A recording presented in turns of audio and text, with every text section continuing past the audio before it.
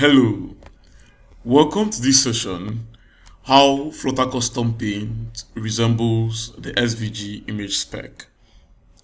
We'll be looking at Custom Paint in Flutter and how it compares against SVG, that's Vector Graphics. So, SVG, full meaning is Scalable Vector Graphics. It's a graphic, right? But the keywords are vector and scale or scaling. SVG is not the only vector graphic. There are other formats, I think PDF follows too, and there is .ai for Adobe Illustrator. But these vector graphics, SVG is the most popular, but these vector graphics differ from your common raster images. They are raster, in fact, images are not vectors, are raster, right? What really makes SVG peculiar is that at any viewport, at any screen rendering, the image is the same, right? But unlike raster images, PNGs that already have a fixed size, so if you zoom into them, they kind of get a little distorted. This example from Wikipedia is kind of showcases it, right? You see this S or the raster on the left-hand side. So whether it's JPEG, PNG, or bitmap images, if you kind of zoom in, you see that you begin to see the pixels, like it's no longer smooth. And it's because raster images have their contents in them, like they have their pixels hard coded. This is in contrast to vector images, where instead of having their pixels hard coded, we actually code how they should be rendered. So at runtime, the browser or the device or where they are being rendered kind of computes the image and renders it. So yeah, so at scale, if you expand the image, you keep being very, very clear, that kind of stuff.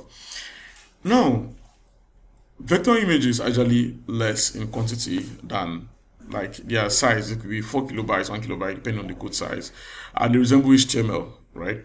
But PNG is actually heavier. The more, or raster image as a whole, the more the pixels, the more the image size. But this is not about just SVG. It's actually how SVG relates, how custom paint relates to SVG. But before we look at Flutter, let's look at an example SVG. This is a star from Wikipedia still, a 5-point star. So drawing a star, it's not that easy with HTML and CSS. I think it might be possible with combining triangles, position fixed, and all those things. But with an SVG, it's just a little code. You can actually get the SVG and import it as a file in img tag, image tag in HTML, or you paste the code directly in HTML and it's be valid.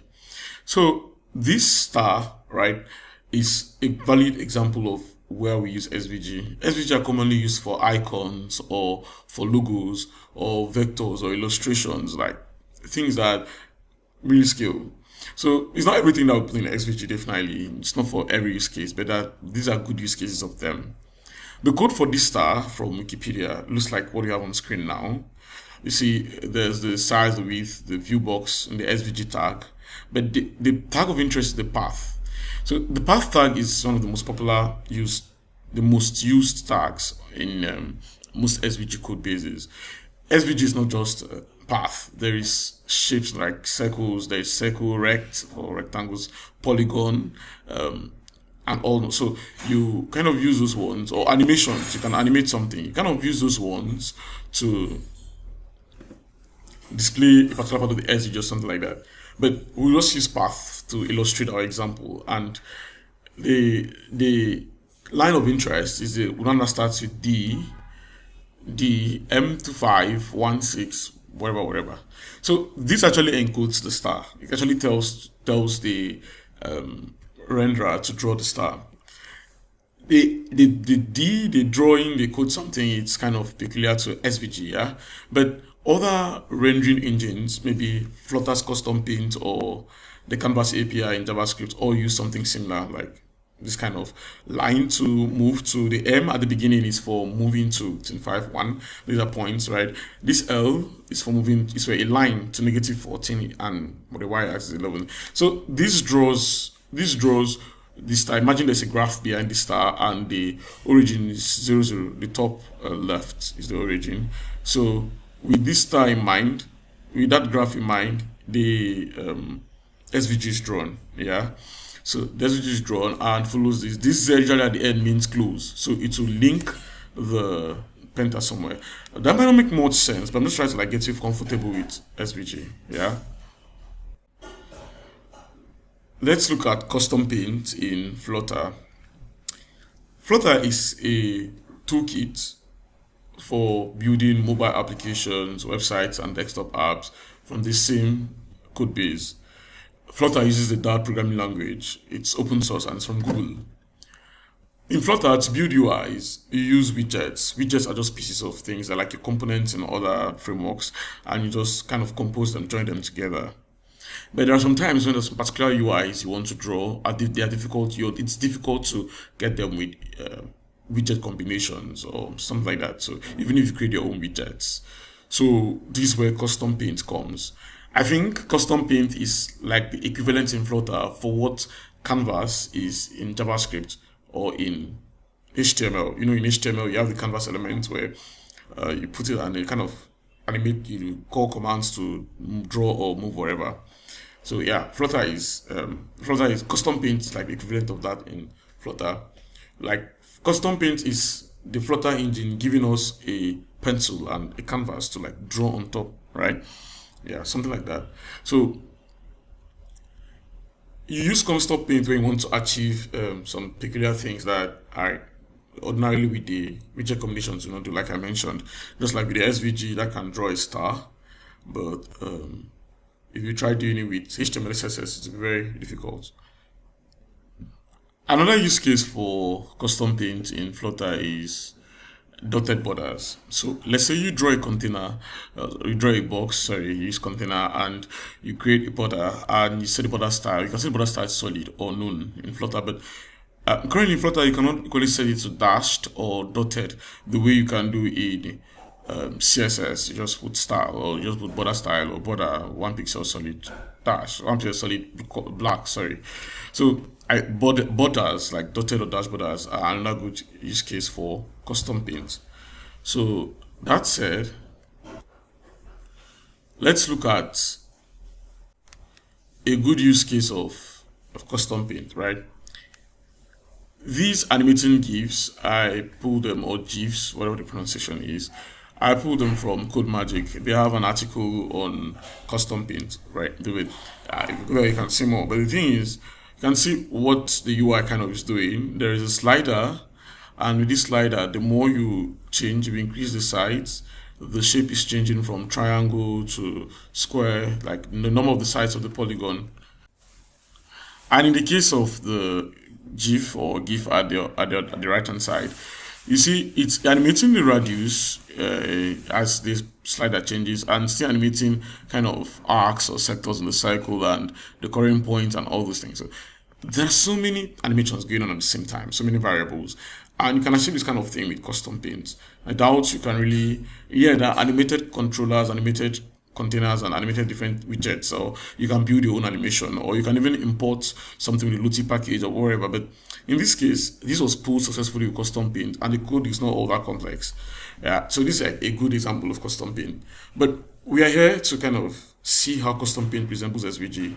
So if in case you already know custom paint, how do you maybe do an SVG image, or if you come across an SVG image and you want to have the custom paint equivalent of it, how do you easily convert? Or let's say if you use an online converting tool to convert from SVG to custom paint, and maybe there are errors or there are things that are not really working, how you kind of be sure that this is what you want, right?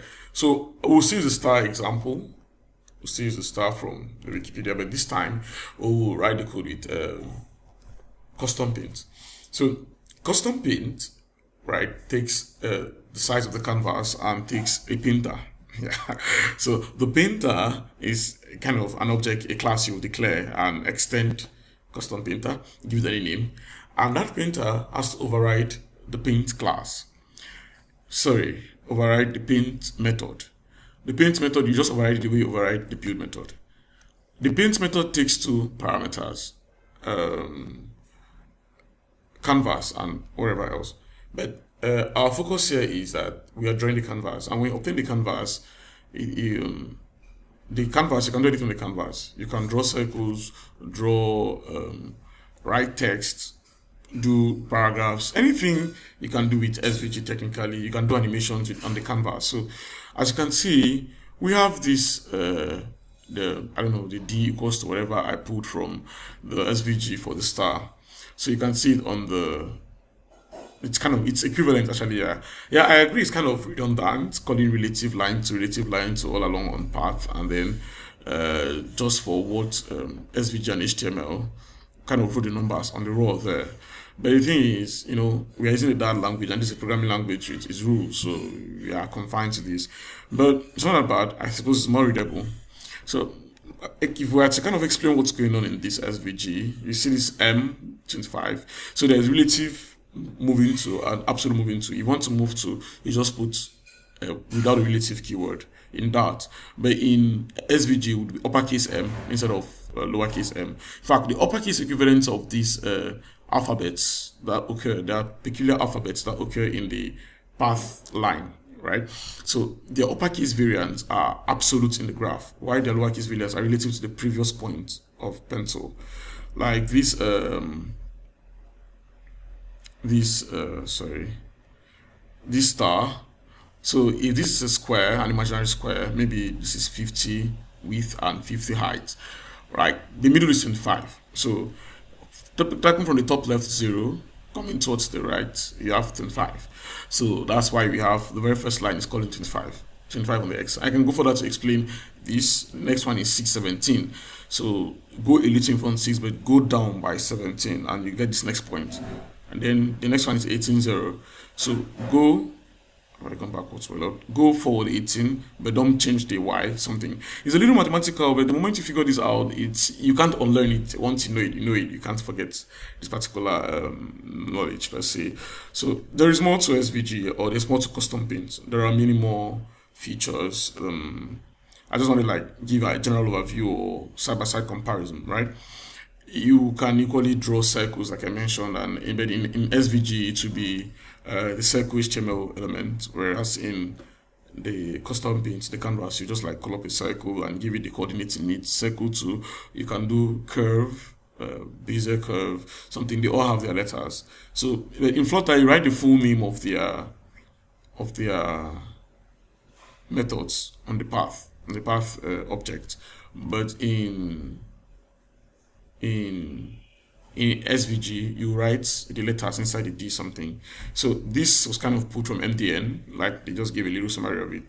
There are abundance of resources online on SVG or on CustomPaint, but don't be intimidated by CustomPaint, right? It's just a little of focus and you get it right.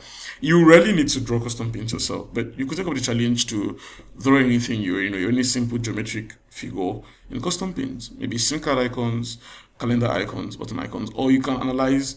If you analyze existing icons, it might be a little more complex. It might be more digits that kind of make the icons very smooth, especially when you use some tools to convert across PNG to SVG, add a lot of stuff, but whatever. This is about CustomPaint, right? It's about Flutter. So Flutter CustomPaint resembles the SVG Image Spec a lot, right? And it looks like maybe there's some engineering specification somewhere that allows such resemblance. I don't know, because it's across various UI tools, HVG in images, Canvas in JavaScript, CustomPaint in Flutter. Whatever the case may be, that was kind of a side-by-side looking at CustomPaint and SVG with a star, for example. There's more you can do with CustomPaint, right? And don't hesitate to use CustomPaint where there is score for it, maybe some kind of custom borders, like I mentioned, or some kind of polygon or shape, or combining or superimposing them, and all those kind of things. Yeah. So I think that'll be all for this session. I'm open for questions, and you can ask on X, or you can message me. My handle is Obumuneme there, and yeah, that'll be it. Thank you for joining this session. How CustomPaint in Flutter resembles the SVG Image Spec. I hope from now it'll be easier for you to get started with CustomPaint if you already have previous experience with SVG, or you can get started with CustomPaint with bearing in mind that it's kind of relative to SVG, so it's not like hell of a code, but it's just being conscious of where the painter is going to and where the pencil is drawing. Yeah, thanks.